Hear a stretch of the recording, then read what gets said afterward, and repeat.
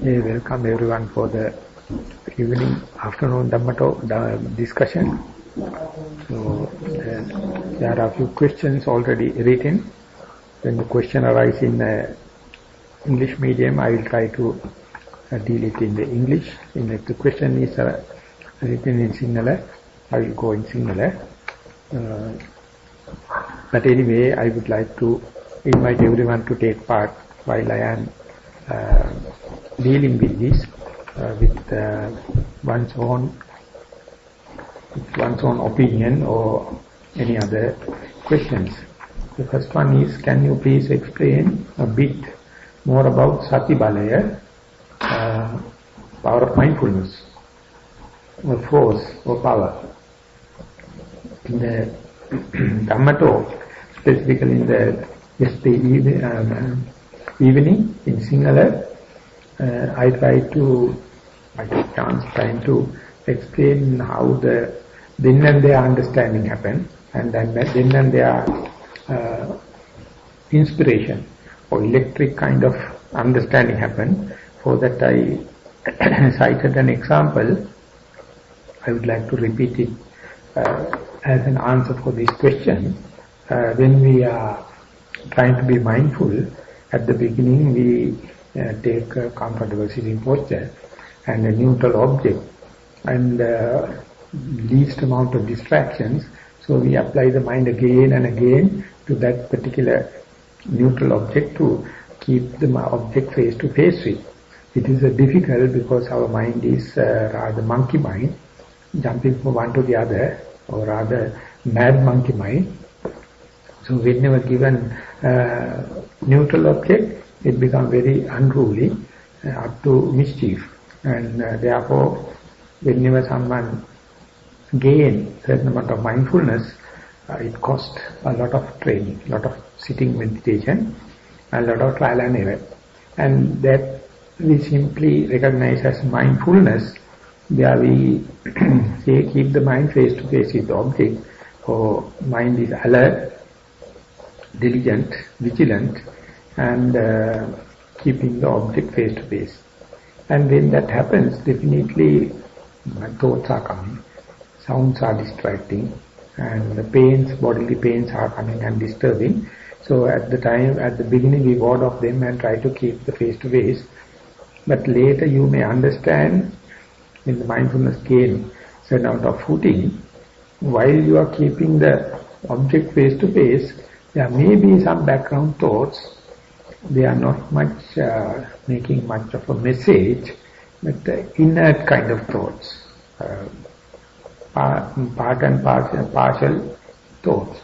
And the pains are available, feelings are available, not much unbearable. They are normally at the normal level, and the background sounds are there, water falling, bird sounds and kind of thing, but not distracting.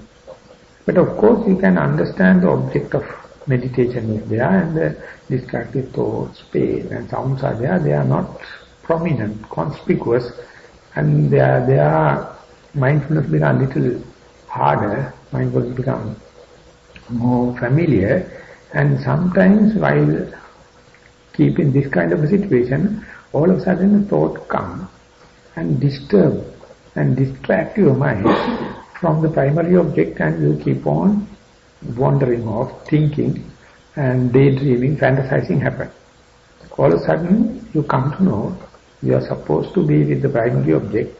For example, if you take an in-breath and out-breath, but mind is entertaining thoughts or fantasizing, daydreaming, thinking happens. So when that happens, you know you are off the track. But soon you come to know you are off the track. Mind may come back to the primary object. Sometimes that can happen. So under these circumstances, beginning also the mind also is with the primary object, middle it is with the thought, and end again it is with the primary object. Under these circumstances, one person worry or get disheartened, telling my mind is wandered off, going off from the main track toward the thinking, daydreaming and fantasizing. But yet another person can say, each time it goes off, coming back to the mainstream, that is something to be glad. That is something to be appreciated, because soon you come to know you are off the track, mind is coming back. So this is something to be appreciated, because this each going off means another chance to come back. And out of these two, our moral mind, conventional mind, always make a point to regret thinking that even at this level mind is wandering off. But I feel the Buddha is asking us, even though it is wandering off, there is a sense beyond these six senses to let you know that you are off the track. That sense, you can't claim that is yours. You can't claim it is borrowed from your parents or teachers or anything. That is what you train by your meditation. Whenever you are off the track, you come to know something wrong somewhere.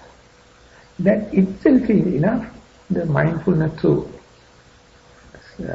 restore, come back to the primary object. So therefore, if you are analyzing and go deep into that, there is a point for you to be happy or glad. And this Venerable Sariputta explained in a traditional way. He says, when the mind is mindful, we call it is diligent. When the mind is wandering off and distracted by the sounds and thoughts, we are negligent, not diligent. So whenever the negligence happens, it is natural tendency is to regret it, telling that it is supposed to be diligent but is negligent. And whenever Sariputta says, when someone is come to know mind is negligent, is still undisturbed, this is the power of mindfulness. That is the point I wanted to make. Whenever someone knows my mind is now negligent, it is entertaining thoughts, entertaining sounds, or distracted by pain, but still unshaken. That unshaken quality is the threshold for you to understand whether your mindfulness has come up to the level of power of mindfulness. When it comes to the power of mindfulness, you feel there's a chance for you to, in the midst of all the distractions, there's a chance for you to be unshaken, and that is a higher training of the mindfulness. This is called power of mindfulness. Up to that level, up to that state, it is called Sati Indriya, that is the faculty of mindfulness. And when it improves and develops up to the power of mindfulness, it is defined, even you know that you are negligent, mind is unshaken, that mindfulness is what we call power of mindfulness. So this is some kind of a positive way of thinking in advancing yogis, not to regret in each and every moment. Each regret has a chance to be glad, chance to be happy, if you look at going off and coming back in the same way. And the commentators, specifically to the commentary to the Appamada Sutta, Appamada means diligence, it says that coming back happening in two facets. One thing is Kara Apaka Appamada, that means you feel something wrong somewhere. That is the instigator, that is the cursor. Then Karaka Appamada come into being and immediately come back to the mindfulness. This two way of recovery. If someone can master, there's a very nice theoretical question arises. The cursor indicating that you are wrong, you are in the something wrong somewhere, that indicator is called the Kara Apaka Appamada, and it is gives rise to the second part, the Karaka Appamada, to correct it and bring back to the main track, to the mainstream. So out of these two, Kara Apaka Appamada, that is the cursor, and the karaka pamada, that is the doer, which one is more valuable? Which one is to be appreciated more? I don't know whether I have presented the case to the audience, but anyway I am asking this question, how do you value it? Which one is more appreciable, the cursor or the doer? Karapaka pamada or karaka pamada?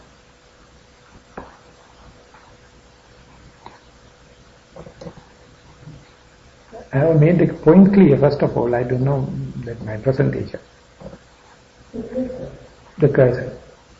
So that is the real thing to understand. The cursor, you don't know it is something happening. It is not the what you have to think. It is really beyond your volition. It is beyond your will. It is beyond your intention. It is something due to your habitual meditation. It is due to your past mistakes of the meditation, but anyway, it takes as a refuge of you, and all of a sudden it comes and says something, darling, something wrong somewhere, that's all. And immediately the doer, the worker, come and bring the attention to the mainstream. So this, my teacher, Nissarana, put it in the practical way. It is little bit off, but still you can practice it. Daily when you getting up, early morning getting up from the sleep, it happens in two facets. First thing is mind awaken, second thing is opening of the eyes. So if you are sharp enough in the mindfulness, daily you have to make a determination, I should open my eyes mindfully. Soon the mind awaken, I might install the mindfulness as to see, when I am opening the eyes, am I mindful? So this is the way you can do it in the macro level. The awakening happens, it's always electric. It's always impromptu happens. Soon happens, if you can install the mindfulness and make sure the opening of eyes, that is physical task, and the volitional will and the intention, everything is involved. If you can make it, that is the way it is called thin slicing of the time. You have to cut the time in the thinnest most slice, and to say the awakening of the mind and the opening of the eyes must be two events. So then you can see while walking, the intention to lift and lifting action, intention to move and moving action, intention to drop and dropping action. Like each and everything has the early part, the volitional part. Usually we overlook it. Once the task finished only, we come to know such a thing happened. And if you are sharp enough to thin slicing of the time, you can make a point whenever you do things by your own, without involving the group and the socialization, then try to cut into thinner small slices, and then you can understand each and every action has these two facets. The intentional or volitional surge and then the action. So here in the recovery, in the mindfulness, when you are in the wandering, you are in the daydreaming and fantasizing, and the recovery, first the cursor happens, and then preparatory action, and then the action happens to bring back to the mainstream. So if you are to give proper due respect for this recovery process, each and every mistake is a chance for you to employ this, experiment this. So therefore mistake is nothing to get discouraged, but put it in a positive way. Whenever the mistake, stumbling happen, try to make it a point, how is the recovery? Whenever recovery happens, how it happens. So this is the point you can see, whether your mindfulness is gathering the momentum or catching the speed, and then later it will be automatic, and it will, whenever something goes wrong, mindfulness will take care. And there are only the pleasure. Only the gladness remains. Whether it is correct or wrong, mindfulness never give up the situation. Even it is desperate and it is discouraging and disheartening, you know there's a point to be glad. You can make a point. And therefore mistakes are no more mistakes.